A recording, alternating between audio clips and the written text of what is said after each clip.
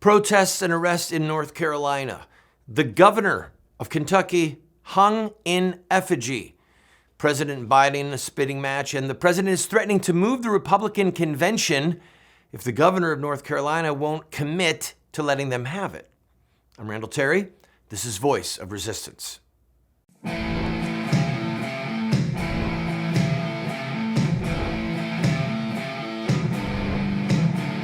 Those who forsake the law praise the wicked.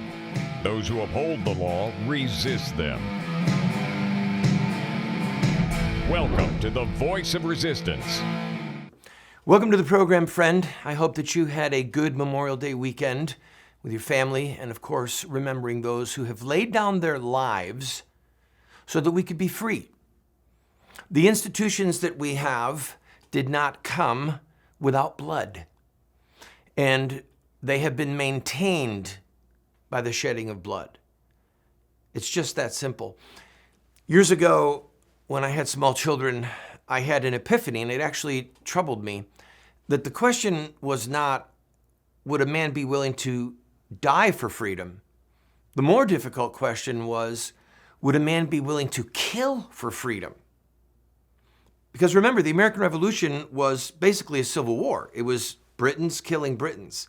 They were American Britons, but they were British citizens nonetheless. And they shed the blood of their fellow British citizens to be free. I don't want that. Bloodshed is always tragic. But nevertheless, we have Memorial Day so that we can remember those who died laying down their lives so that we could be free. And things are starting to heat up. If I could kind of tie that in with what's going on, things are heating up, and I don't mean the summer months. People are beginning to get very frustrated regarding this lockdown. And moreover, people who have an acute love of liberty are recognizing that many people in government, especially certain state governors, are using this crisis to see how far they can push people, to see how far they can go, taking away our liberties before there's a reaction. I'm going to show you a clip from a protest that happened in North Carolina. And as I watched it, all I could think of was Boston, where they threw the snowballs at the soldiers, and then a soldier shot into the crowd and killed a protester. That was one of the steps that triggered the Revolutionary War. Just a protest.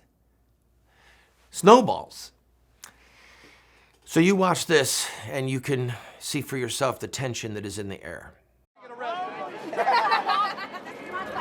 My tax dollars pay for this. You're dishonoring the flag. You're dishonoring the flag. You're not an old kid. You're ashamed. You're ashamed of this Constitution. You're ashamed. You ought to be ashamed of yourself. Before God and country, you ought to be ashamed of your own country. Look at you, little thug. You got to see them. Look at you. You got your high, didn't you? You got your little thug high, didn't you? Look at these thugs, people, arresting her for walking on the sidewalk. Are you serious? We love you too, Ashley. We love you, Ashley. That's right. Don't touch me. I don't have to back up. Can she have water? Sir, can she have water? Can I give her some water? She's thirsty, man.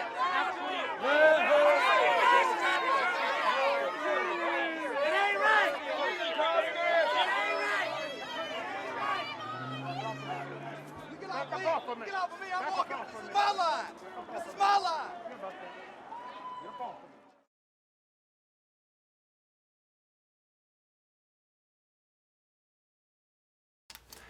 Now, the husband of this lady who was arrested, by the way, her name, and I beg your pardon for not having it up there sooner, was Ashley Smith.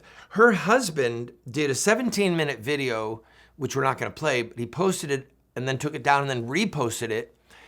And the press is focusing in on a few lines that he said, and I quote, "Are we willing to kill people? Are we willing to lay down our lives? We have to say yes. If you bring force, we're going to bring force. If you bring guns, we're going to bring guns. If you're armed with this, we're going to be armed with this. So, in context, he was talking about American liberty. He was talking about live free or die. Sean Hannity's new book is coming up. Live free or die.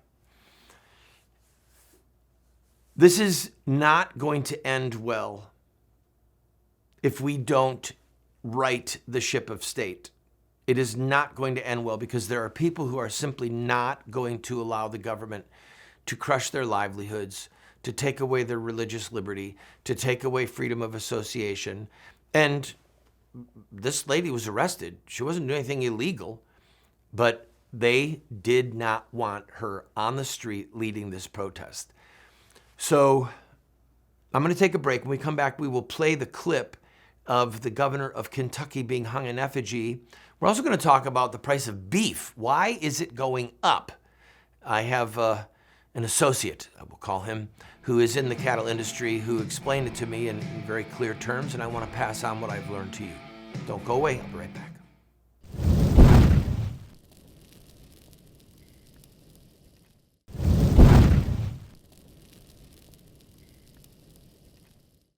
Welcome back, friend. When the Stamp Act was passed in 1765, if my memory is correct, part of what they did to push back against the British government was to hang the tax collectors in effigy. There is a long and proud tradition of political speech in which you take your political opponent and you hang him by the neck. Okay? This is a dummy, in other words. It's a doll. We've done it. Let me see, I don't know, 10, 12 years ago, we were involved in a few hangings, political hangings to prove a point. You get media attention, you get to discuss why you're doing it. It's theater, it's a stunt. But it's intense. And in what we're going through right now, I think that it's probably a little bit more of a harbinger, a warning of things to come. So I want you to see this clip of the governor of Kentucky being hung in effigy.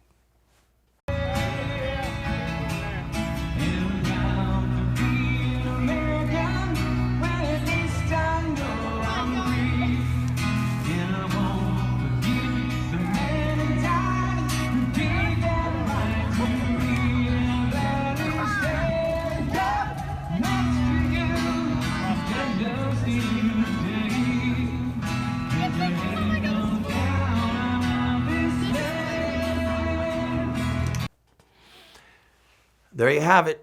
Media everywhere.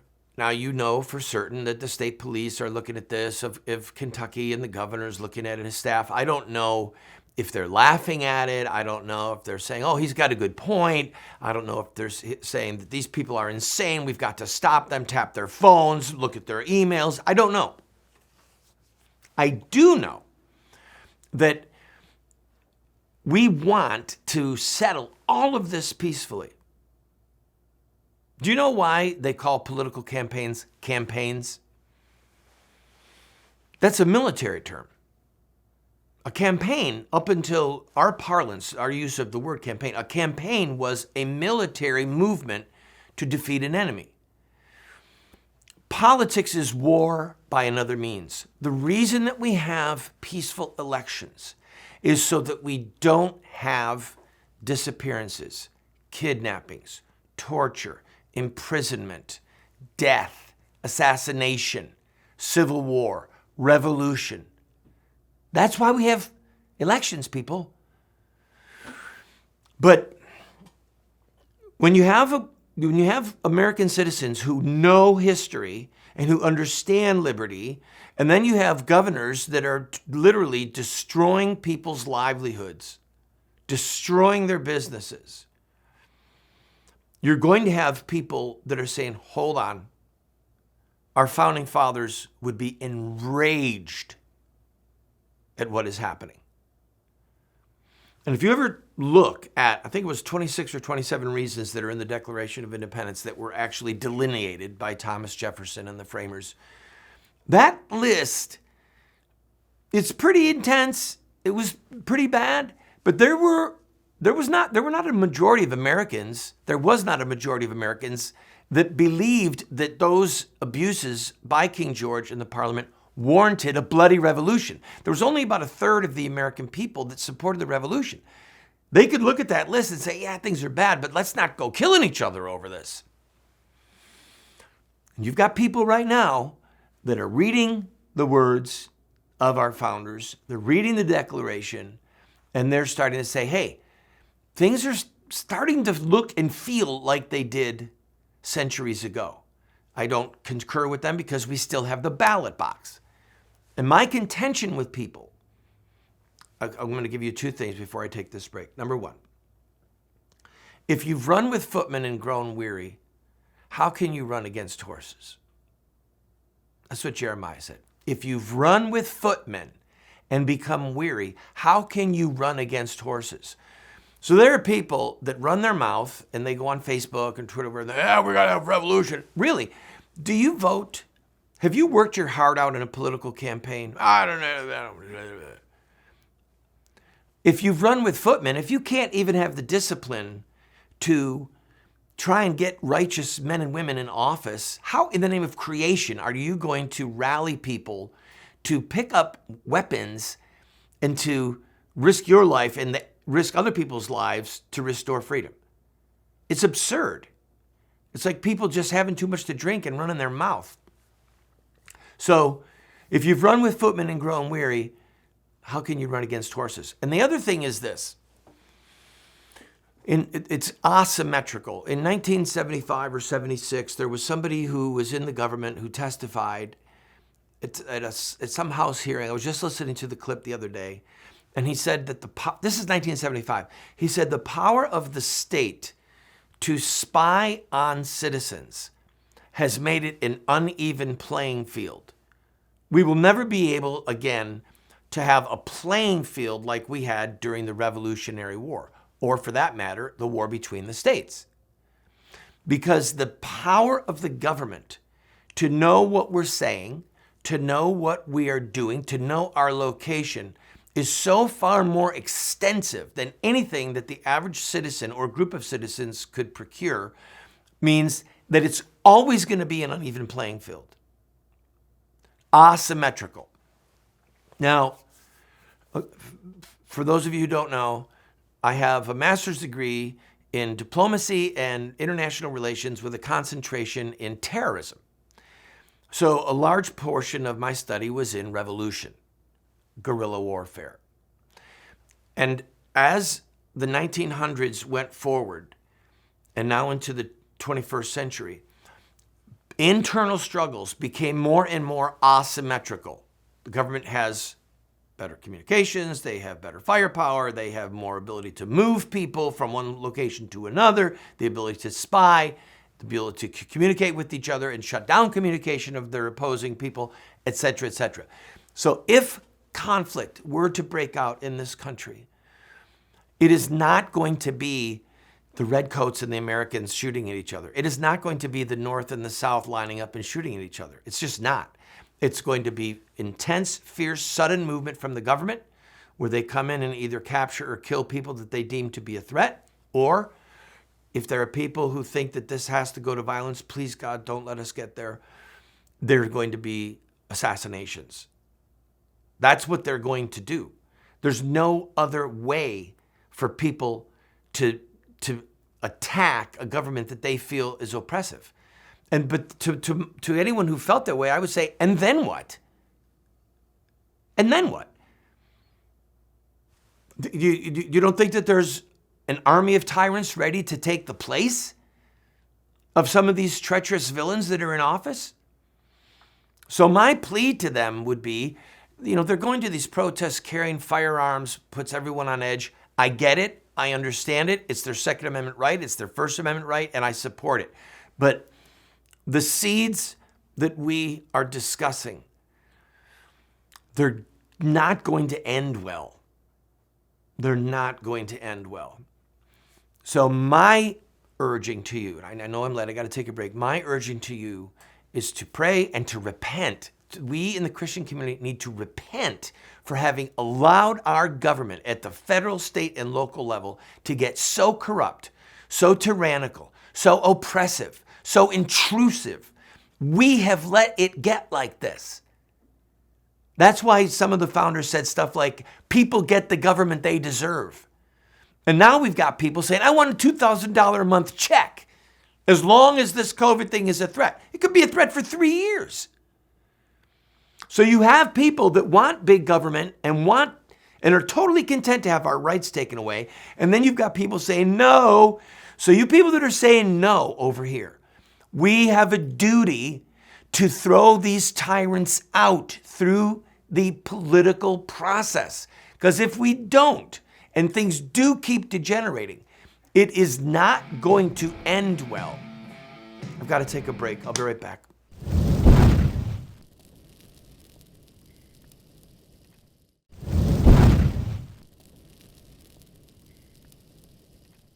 You know that it's the end of the world as we know it when a Wendy's puts a sign on the door that says, we don't have any hamburgers. What are you, converted to Chick-fil-A? Wendy's, no hamburgers? Hold on. I don't mind having to wear a mask, but if you're telling me I can't go and get a double with bacon, we've got a problem. So here's what's going on. I have a friend who is in the cattle industry.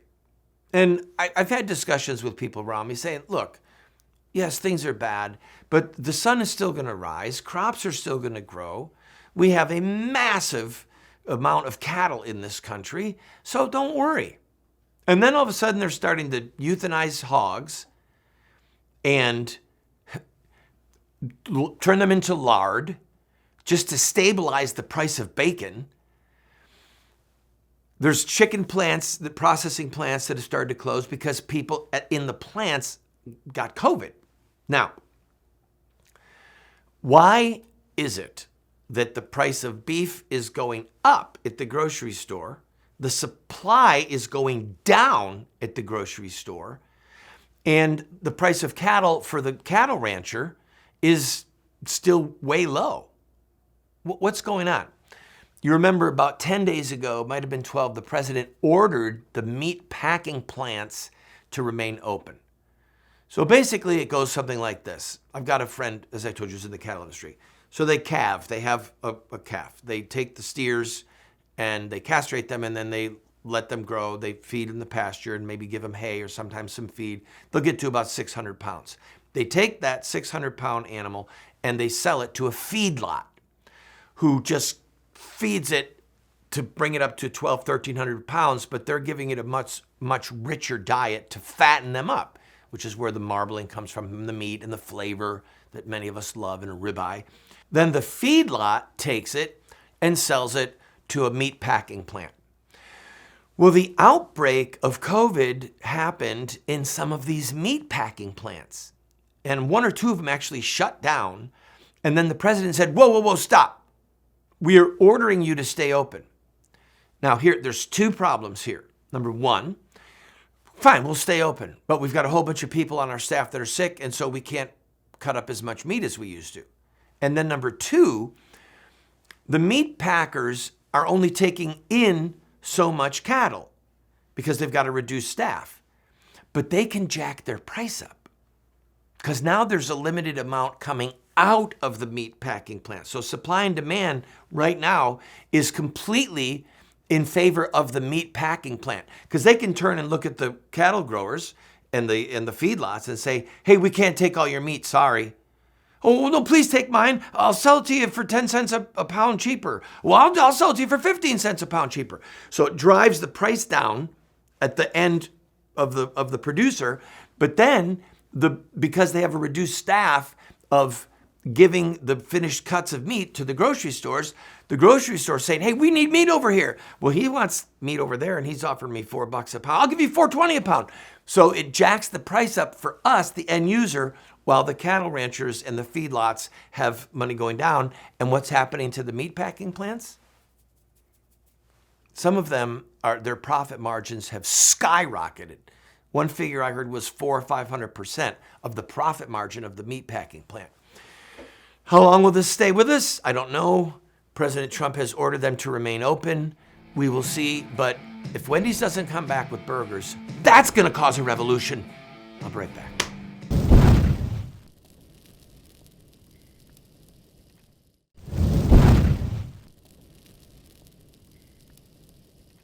Welcome back, friend. I'm almost out of time. I didn't get to President Trump and former Vice President Biden, but Joe Biden still seems to just not remember where he is. The Democrats have to be panicking. It doesn't matter how much the media bludgeons President Trump. Joe Biden is still a confused, somewhat doddering, somewhat old man.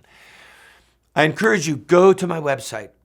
Go to randallterry.com and watch the film on Norma McCorvey. You might have noticed that Norma's been in the news a little bit over the past few days.